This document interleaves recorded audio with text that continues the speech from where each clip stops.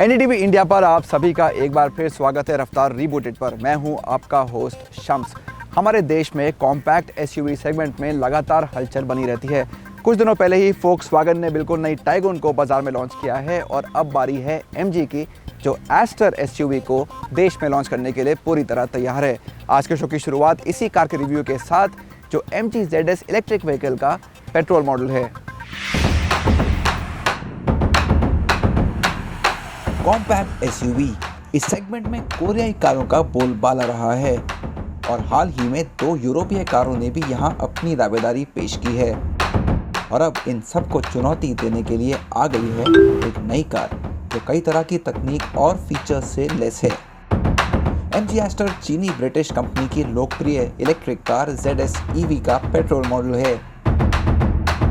ये कुछ अलग है। यूजुअली हम देखते हैं कि पेट्रोल गाड़ियों के नए इलेक्ट्रिक वर्जन आते हैं, लेकिन यहाँ कुछ अलग हुआ है। ये एस्टर आई है और इसमें इतने फ़र्क हैं कि आप इसको अगर कंपेयर करें ZS EV से तो आप आराम से बता सकते हैं कि ये इलेक्ट्रिक कार नहीं है, ये पेट्रोल कार है। तो जो ग्रिल है ये अलग है, सेलेस्टियल पैटर्न है, टंगस्टन स्टील फिनिश है, आप आराम से पहचान जाएंगे। लेकिन इसके अलावा भी काफ़ी फ़र्क है। हेडलैम्प्स नहीं हैं, DRL के पैटर्न्स अलग हैं और हाँ, बम्पर को भी रीडिज़ाइन किया गया है। बढ़िया LED सिग्नेचर की पेशकश करने के लिए टेल लाइट्स को फिर से तैयार किया गया है। व्हील आर्च और दरवाजों पर क्लैडिंग, रूफ रेल्स और 17 इंच के बड़े अलॉय के साथ कार का क्रॉसओवर लुक पूरा होता है और इनका पैटर्न भी काफ़ी शानदार है। साइड शीशों को गर्म किया जा सकता है, जो सेगमेंट में पहली बार देखा गया है। पीछे की तरफ एस्टर नाम साफ नज़र आता है और दिलचस्प बात यह है कि ZS भी यहाँ लिखा गया है। ये बिल्कुल नया रंग है जिसका नाम है स्पाइस्ड ऑरेंज। कुल मिलाकर चुनने के लिए 5 रंग हैं। एस्टर, क्रेटा, सेल्टॉस, टाइगून और कुशक से लंबी, चौड़ी और ऊंची है, लेकिन इसका व्हील बेस इन सभी कारों की तुलना में कम है। एस्टर के कैबिन में जो पहली चीज़ आप नोटिस करेंगे वो है इसका डुअल टोन सांग्रिया रेड इंटीरियर। काफ़ी प्रीमियम एहसास देता है। टोटल 3 थीम है, उनमें से एक ये है। इसके अलावा एक बड़ी 10.1 इंच की टच स्क्रीन है, काफ़ी रिस्पॉन्सिव है, काफ़ी क्लैरिटी भी है और यहाँ आपको एप्पल कारप्ले और एंड्रॉयड ऑटो स्टैंडर्ड रूप में मिल जाएगा। कनेक्टेड कार तो ये है ही और कुल मिलाकर 80 से ज़्यादा कनेक्टेड कार फीचर्स हैं, उस पर हम कुछ देर में आएंगे। लेकिन ओवरऑल भी कैबिन में फीचर्स की बात करें तो यहाँ बहुत कुछ है। तो फ्रंट सीट्स हैं वेंटिलेटेड हैं और पावर एडजस्टेबल भी हैं। 360 डिग्री कैमरा है गाड़ी के अंदर, एयर प्योरीफायर भी है और एक बहुत बड़ा पैनोरामिक सनरूफ भी दिया गया है। इनमें से कितने फीचर निचले वेरिएंट्स में आते हैं ये देखने वाली बात होगी। 7 इंच का डिजिटल इंस्ट्रूमेंट क्लस्टर काफ़ी काम की जानकारी देता है और इसके ग्राफिक्स भी शानदार हैं। बेस वेरिएंट को यही मिलेगा या मैनुअल डायल, ये भी एक बड़ा सवाल है। MG ने भारत में कनेक्टेड कारों का चलन शुरू किया था और एस्टर कहानी को और भी बड़े तरीके से आगे ले जाती है। दुनिया भर में AI या आर्टिफिशियल इंटेलिजेंस पर्सनल असिस्टेंट पाने वाली ये कंपनी की पहली कार है। Hello Astor. एस्टर में car as a platform concept की शुरुआत हुई है, जो एक ऐसा सॉफ्टवेयर प्लेटफॉर्म है जो कई सेवाओं और ऐप्स का इस्तेमाल करने देता है। AI असिस्टेंट प्रसिद्ध पैरालंपियन एथलीट और पद्मश्री विजेता दीपा मलिक की आवाज में बोलता है। ये इंग्लिश में 35 कमांड भी समझ सकता है। स्मार्टफोन ऐप का उपयोग करके कार में एक और चीज़ की जा सकती है। एक बहुत ही बढ़िया और काम का फीचर है इस कार में, वो है डिजिटल की। तो आपको फिजिकल चाबी की ज़रूरत नहीं है। इसी ऐप के थ्रू, iSmart ऐप है MG की, इसके अंदर एक डिजिटल की फीचर है। उसमें बटन दबाइए, गाड़ी का लॉक खुल जाएगा, गाड़ी लॉक या अनलॉक हो जाएगी और गाड़ी का इंजन भी आप स्टार्ट कर सकते हैं। तो गाड़ी चलते वक्त भी आपको फिजिकल की ज़रूरत बिल्कुल नहीं पड़ेगी। डिजिटल चाबी एक बढ़िया सोच है जो कई स्थितियों में काम आएगी और क्योंकि इसे नेटवर्क कनेक्टिविटी की आवश्यकता नहीं है, इसलिए ये बेसमेंट में भी काम करेगा। ऐसा इसलिए क्योंकि ये कार से जुड़ने के लिए ब्लूटूथ का इस्तेमाल करता है। तो यहाँ एस्टर की सेकेंड रो पे आप टच स्क्रीन सिस्टम के कई सारे फंक्शंस कंट्रोल कर सकते हैं MG iSmart ऐप के थ्रू। ये बहुत काम की चीज़ है।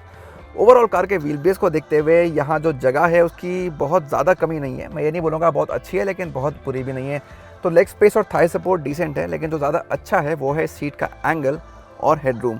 ये बढ़िया है। सीट में अगर 2 लोग बैठते हैं, सेंटर आर्मरेस्ट यूज़ करते हैं, वो बेहतर है। 3 लोग बैठेंगे तो इतना आराम नहीं मिलेगा। लेकिन अगर तीसरा पैसेंजर यहाँ बैठता है तो अच्छी बात यह है कि उसके लिए भी 3-point सीट बेल्ट दी गई है। जब एस्टर की बात आती है तो तकनीक और इंटीरियर के बारे में बातचीत लंबी चलेगी, लेकिन ये भी जानना ज़रूरी है कि ये कैसे चलती है। सेगमेंट में हाल ही में आई फोक्सवैगन ग्रुप की 2 कारों की तरह एस्टर को भी 2 पेट्रोल इंजन मिले हैं। यहाँ आपको मैनुअल और ऑटो गेयरबॉक्स दोनों मिल जाएंगे। पहला है 1.4 लीटर टर्बो पेट्रोल जो 138 bhp और 220 Nm बनाता है। यहाँ सिर्फ 6 स्पीड ऑटोमेटिक ही दिया गया है। MG की स्ट्रैटेजी देखें तो ये एक अच्छी बात है कि आपको पेट्रोल के 2 विकल्प मिल रहे हैं और एक है जो ज़्यादा मॉडर्न या ज़्यादा नया लगता है, टर्बो इंजन। तो मेरे ख्याल से ये एक स्मार्ट स्ट्रैटेजी है। इंजन की अगर बात करें तो फिर जी हाँ, मुझे लगता है थोड़ा और इसमें ताकत हो सकती थी और चलाने में, लेकिन ये बहुत ही आपको अच्छा लगेगा क्योंकि इसकी रिफाइनमेंट लेवल बहुत ही उम्दा है। बहुत स्मूथ है इसका परफॉर्मेंस और जो 6 स्पीड का ऑटोमेटिक गियरबॉक्स है, फ़िलहाल सिर्फ वही गियरबॉक्स आपको इस इंजन के साथ मिलेगा और गियरबॉक्स भी इंजन के साथ बहुत ही बढ़िया तरीके से मेट किया गया है और इसकी परफॉर्मेंस भी बहुत स्मूथ है। दूसरे इंजन के साथ एक मैनुअल भी मिल जाएगा। ये नेचुरली एस्पिरेटेड इंजन 108 bhp बनाता है। इसके साथ 5 स्पीड मैनुअल या CVT ट्रांसमिशन विकल्प मिलते हैं।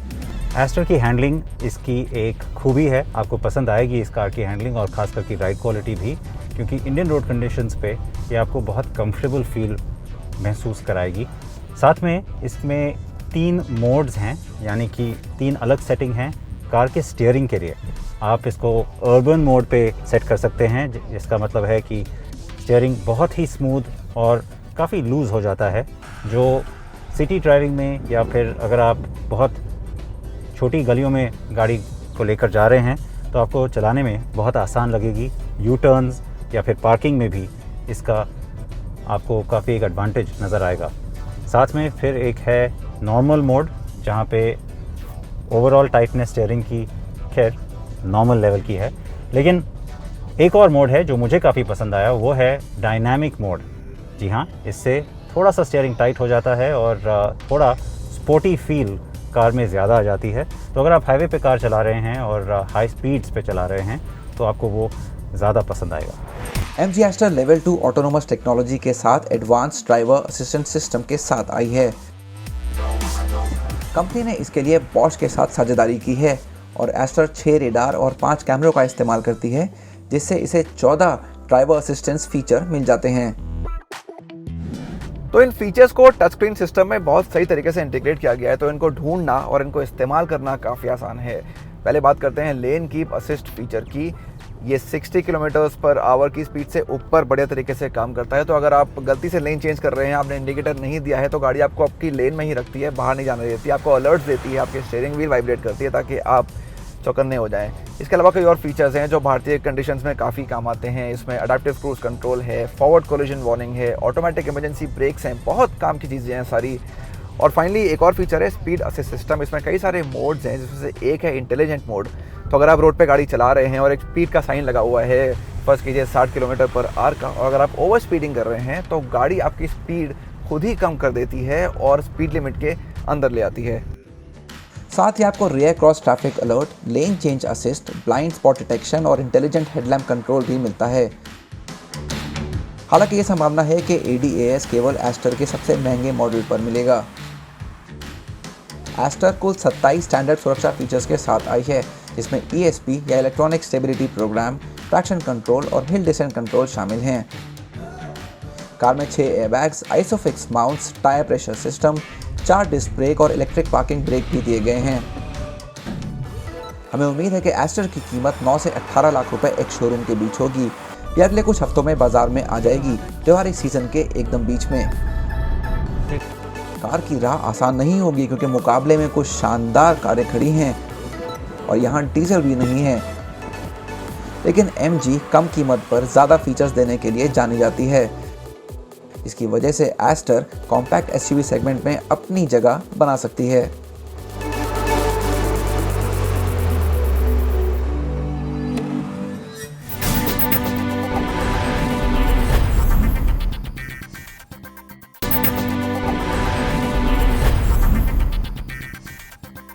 ब्रेक के बाद आप सभी का एक बार फिर स्वागत है रफ्तार रीबूटेड पर।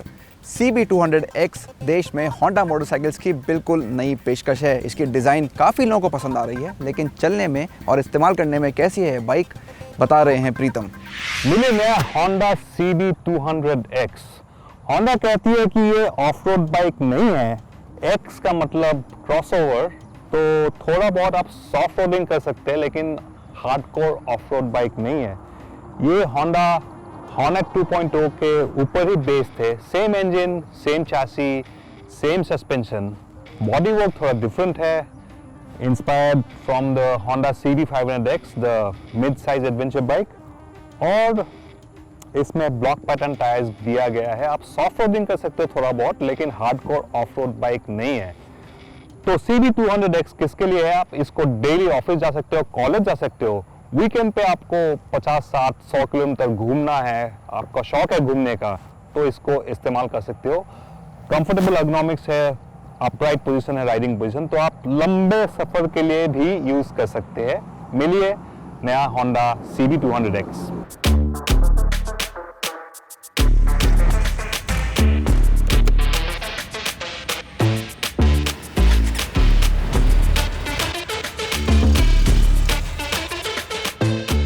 सड़क पर CB200X जाना पहचाना अनुभव देती है, क्योंकि पावर प्लांट हॉर्नेट 2.0 का ही है। इंजन का एक्सेलरेशन स्मूथ है, गियर शिफ्ट्स आसान है और 90 किलोमीटर प्रति घंटे से ऊपर यह आराम से देर तक चलेगी। लेकिन CB200X सबसे ज्यादा खुश शहरी भीड़ भाड़ में रहती है।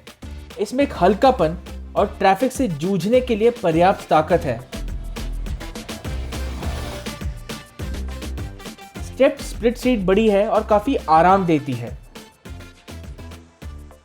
उठा हुआ और थोड़ा नजदीक आया हुआ हैंडल बार सड़क के अच्छे नजारे के साथ साथ सवारी की अच्छी स्थिति देता है।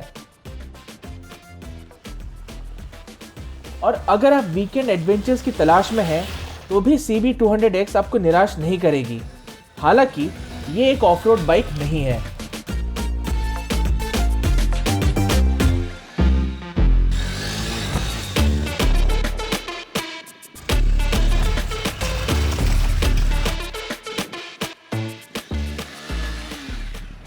होंडा CB200X की सबसे बड़ी खासियत है इसके लुक्स। देखिए इनको, बस CB500X होंडा अफ्रीका ट्विन से इंस्पायर्ड है, दिखने में काफी शानदार है। आप रोड पे चलोगे तो लोग जरूर देखेंगे। हालांकि 184 सीसी इंजन है CB होंडा हॉर्नेट 2.0 से, लेकिन इंजन काफी रिफाइंड है। आप 100 किलोमीटर पे आराम से चला सकते हो हाईवे में, और काफी अच्छा चैसी है, हैंडलिंग भी काफी अच्छा है, राइडिंग पोजीशन कंफर्टेबल है हॉर्नेट से। अगर आपको डेली यूज करना है इसको, वीकेंड पे थोड़ा बहुत घूमने का शौक है आपको बाइक लेके, ये जरूर आप कंसिडर कर सकते हो। लेकिन ये जो है नहीं वो है ऑफ रोड बाइक, क्योंकि इसका सस्पेंशन ट्रैवल इतना ज़्यादा है नहीं, ग्राउंड क्लियरेंस भी इतना ज़्यादा है नहीं, लेकिन थोड़ा बहुत आप सॉफ्ट रोडिंग जो कहते हैं ज़रूर कर सकते हैं। ओवरऑल मुझे काफ़ी अच्छी लगी इस प्राइस पॉइंट पे, लेकिन अगर सस्पेंशन ट्रैवल ग्राउंड क्लियरेंस होता तो ये बिल्कुल एक versatile, use it all, commuting, touring, off road सब कुछ हो सकता था, लेकिन फिर भी काफ़ी अच्छी दिखने में है और ओवरऑल काफ़ी अच्छी बाइक है अगर आप बिगिनर राइडर हो तो।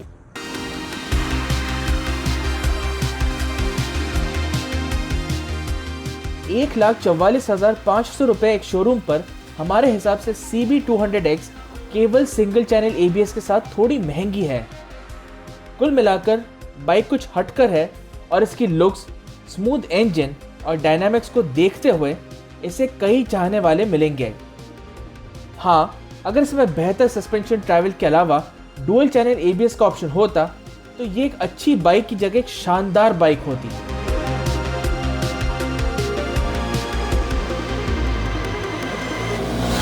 तो ये था इस हफ्ते का रफ्तार रीबूटेड। कैसा लगा आपको हमारा आज का प्रोग्राम, हमें ज़रूर बताइए। ट्विटर पे हमारा हैंडल है कार एंड बाइक हिंदी।